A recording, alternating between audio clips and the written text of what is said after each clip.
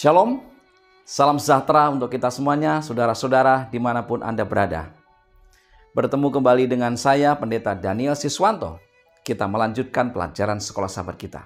Saudara, kita telah tiba di pelajaran yang kelima, di triwulan yang keempat di tahun 2023. Satu pelajaran dengan judul alasan-alasan untuk menghindari misi. Namun sebelum kita mempelajari lebih dalam, mari kita tunduk kepala dan kita berdoa. Bapa di surga, Allah yang penuh hikmat, kiranya Roh Kudus Tuhan Engkau curahkan untuk masing-masing kami, sehingga kami dituntun untuk mampu memahami dan mengerti pelajaran sekolah sahabat ini. Terima kasih ya Tuhan, dalam nama Yesus kami berdoa. Amin. Alasan-alasan untuk menghindari misi. Ayat inti terdapat di dalam Yesaya 6 ayat 8. Lalu aku mendengar suara Tuhan berkata, siapakah yang akan kuutus? Dan siapakah yang mau pergi untuk aku? Maka sahutku, ini aku, utuslah aku. Saudara, alasan untuk menghindari misi ini adalah pencobaan dari iblis yang tidak menginginkan siapapun mendengar atau mengalami kebaikan Tuhan. Menghindari misi bukan sekedar melalaikan tugas. Itu malah merupakan kesempatan yang terlewatkan untuk menarik orang ke dalam perjalanan yang lebih dalam dan lebih bermakna dengan Tuhan menuju kehidupan yang berkelimpahan. Bagaimana pengalaman misi atau menghindari misi ini? Secara lengkap kita akan pelajari berikut ini. Di pelajaran hari Minggu dengan judul alasan kita, ketakutan. Ketakutan menjadi salah satu alasan Yunus untuk enggan pergi ke Niniwe. Ia memilih untuk melarikan diri ke Tarsis. Pertanyaannya adalah, apakah yang membuat Yunus takut ke Niniwe? Pertama, orang Asyur adalah musuh yang kuat bagi bangsa Israel.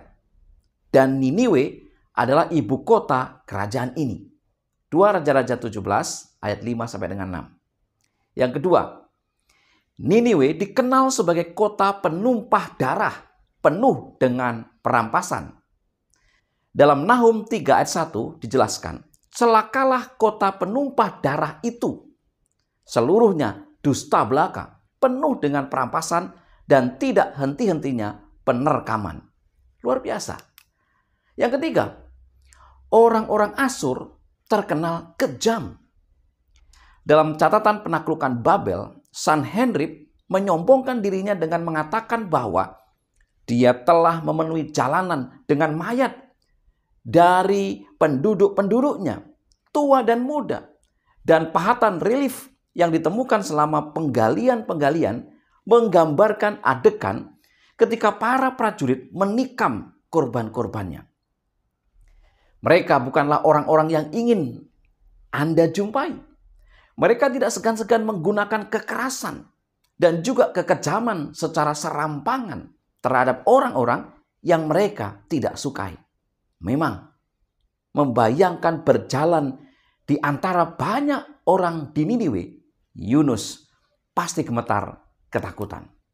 Saudara-saudara yang dikasihi Tuhan, terlepas dari semua ini, kita sering membaca cerita Yunus dengan satu keberatan karena dia membiarkan ketakutan menghalanginya untuk melaksanakan instruksi Allah.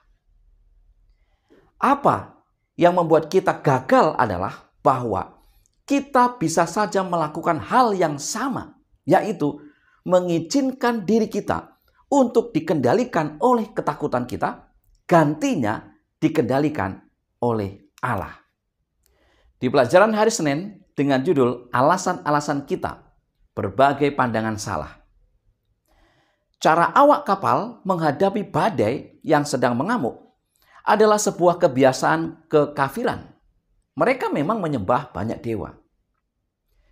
Meskipun Yunus sedang menghindar dari panggilan Tuhan untuk ke Niniwe, sebenarnya di kapal ini pun, di saat badai yang mengancam keselamatan mereka semua, Yunus dapat tampil untuk menuntun orang-orang kafir ini kepada Tuhan yang empunya lautan. Tapi Yunus tidak menggunakan kesempatan itu. Mereka meminta Yunus untuk berdoa agar badai mereda. Tapi Yunus tidak melakukannya. Solusi Yunus adalah melakukan bunuh diri. Ia meminta mereka melemparkan dirinya ke laut. Dalam situasi ini, kita melihat bagaimana Yunus menyalahkan dirinya. Yunus 1 ayat 1 sampai dengan 12. Meskipun Yunus sadar bahwa Allah tetap berkuasa atas angin, ombak, dan badai, namun solusi Yunus nampaknya merupakan cara pandang orang kebanyakan pada waktu itu.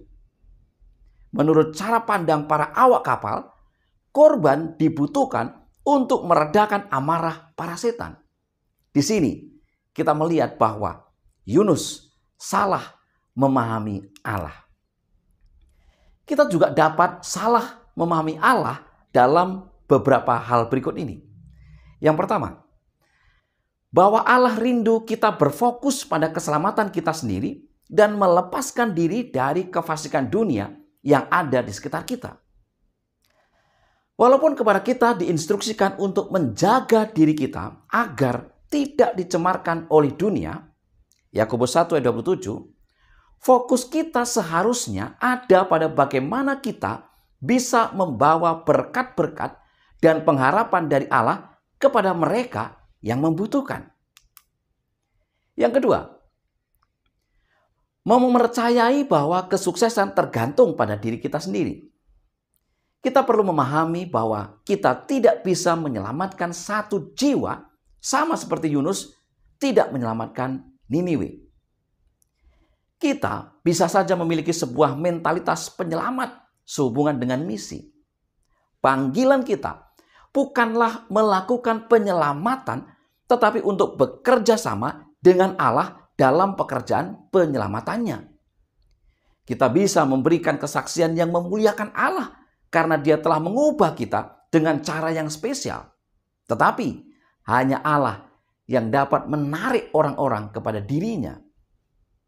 Kita bisa menanam benih-benih kebenaran, tetapi hanya Allah yang dapat mengubah hati.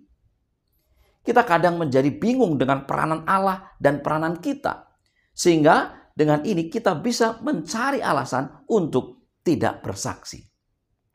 Ya, Allah menggunakan Yunus, tetapi hanya Allah dan bukan Yunus yang membuat Niniwe bertobat.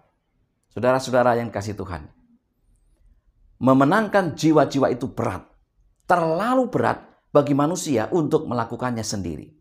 Namun, kita dapat belajar untuk membiarkan Allah memenangkan jiwa-jiwa melalui kita, kehidupan kita, dan kesaksian kita. Di pelajaran hari Selasa dengan judul Alasan-alasan kita tidak nyaman. Pengalaman Yunus di dalam perut ikan tidak serta-merta mengubah cara berpikir dan sikapnya yang lama, meskipun ia tidak kehilangan pekabaran kasih Allah. Apapun perasaan Yunus, akhirnya ia pergi ke Niniwe dan mengkhotbahkan apa yang Allah sampaikan. Nampaknya Yunus harus melewati banyak hal. Dia melakukan hal-hal yang tidak dia inginkan. Tetapi ketika dia melakukan hal itu, Allah dimuliakan. Penduduk Niniwe bertobat. Saudara, mengerjakan misi Allah diperlukan sikap sebagai berikut. Yang pertama, menempatkan prioritas Allah bagi yang terhilang sebagai yang terutama. Yang kedua, membutuhkan kerendahan hati ketika berhadapan dengan prasangka. Yang ketiga, membutuhkan waktu dan energi yang melibatkan emosi. Berinvestasi dalam kehidupan orang lain dan benar-benar mempedulikan mereka bisa sangat melelahkan. Di zaman ketika kita tertekan dengan kehidupan dan masalah kita sendiri, memberikan dukungan emosional bisa jadi terlalu melelahkan. Yang keempat, menuntut kita untuk mengubah cara kita memikirkan dan menggunakan uang kita. Apakah itu berhubungan dengan memberikan perawatan bagi orang lain, membeli bahan-bahan bacaan, atau materi-materi untuk jangkauan keluar, atau membayar layanan-layanan atau kemudahan-kemudahan sehingga kita bisa mendapatkan waktu luang bagi pekerjaan misi, akan ada biaya-biaya yang berhubungan dengan misi. Apapun bentuknya, pekerjaan misi membutuhkan pengorbanan. Saudara, terlepas dari kekurangan Yunus, kabar baiknya adalah bahwa Allah bekerja dengan sangat luar biasa dalam membawa penduduk Niniwe bertobat. Sedihnya, Yunus tidak merasakan berkat dari kesukaan sorga itu. Pertanyaan untuk kita renungkan. Pengorbanan apakah yang Allah minta kepada kita untuk kita lakukan dalam membagikan kasih-Nya kepada orang lain?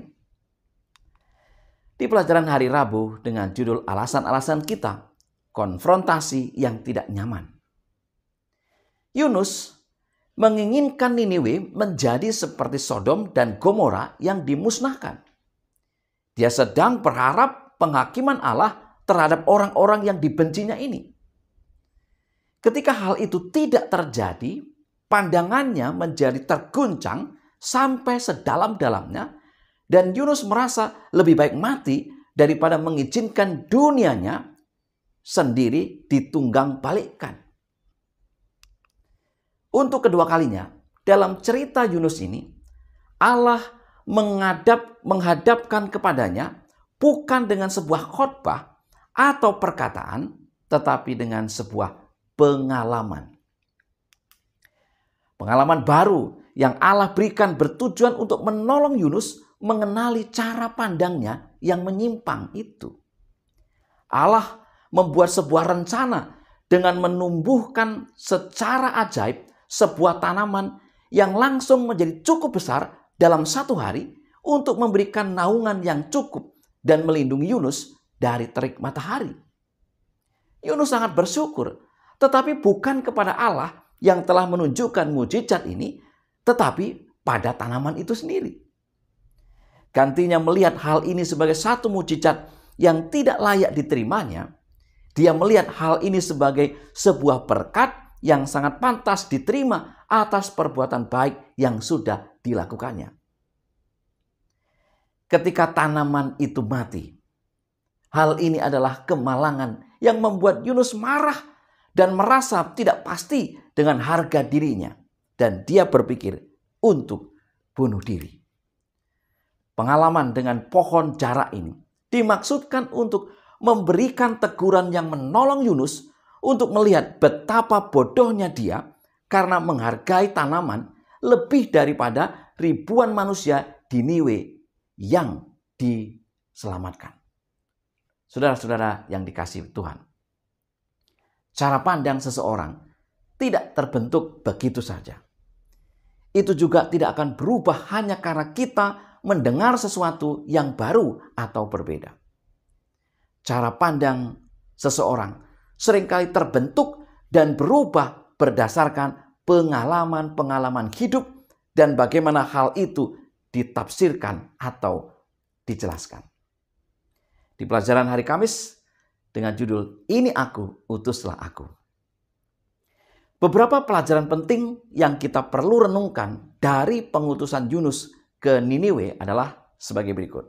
Yang pertama, fakta bahwa Allah bisa menyelamatkan Niniwe meskipun Yunus tidak memiliki kesaksian yang baik adalah pengingat yang sangat jelas bahwa tugas kita hanyalah semata-mata menjadi saluran bagi Allah, satu-satunya pribadi yang dapat meyakinkan dan menobatkan hati. Yang kedua, penyelamatan Niniwe adalah sebuah pengingat bahwa Allah hanya mencari para juru kabar yang mau dan rendah hati untuk mengikuti arahannya.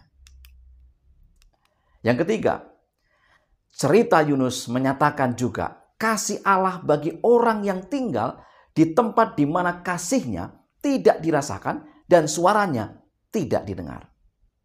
Yang keempat, sama seperti Allah menunjukkan belas kasih kepada Niniwe, Dia juga menunjukkan belas kasih kepada jutaan manusia yang ada di kota-kota saat ini, di mana bangunan-bangunan menggantikan pohon-pohon dan bunga-bunga, dan keributan yang terus-menerus membuat sulit bagi penduduknya untuk tenang dan mendengar.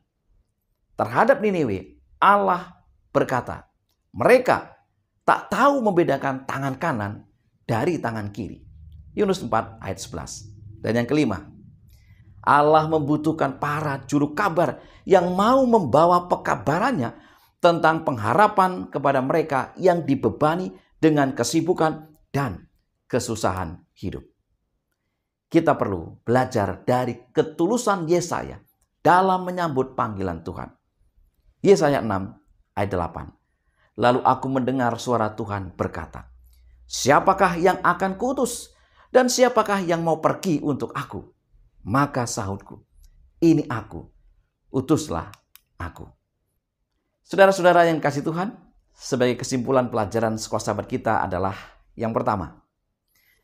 Ketika kita mengizinkan diri untuk dikendalikan oleh ketakutan kita, gantinya dikendalikan oleh Allah, maka kita akan gagal. Yang kedua, kita dapat belajar untuk membiarkan Allah memenangkan jiwa-jiwa melalui kita, kehidupan kita, dan kesaksian kita. Yang ketiga, untuk mengerjakan misinya, diperlukan roh kerendahan hati dengan memprioritaskan Allah sebagai yang terutama.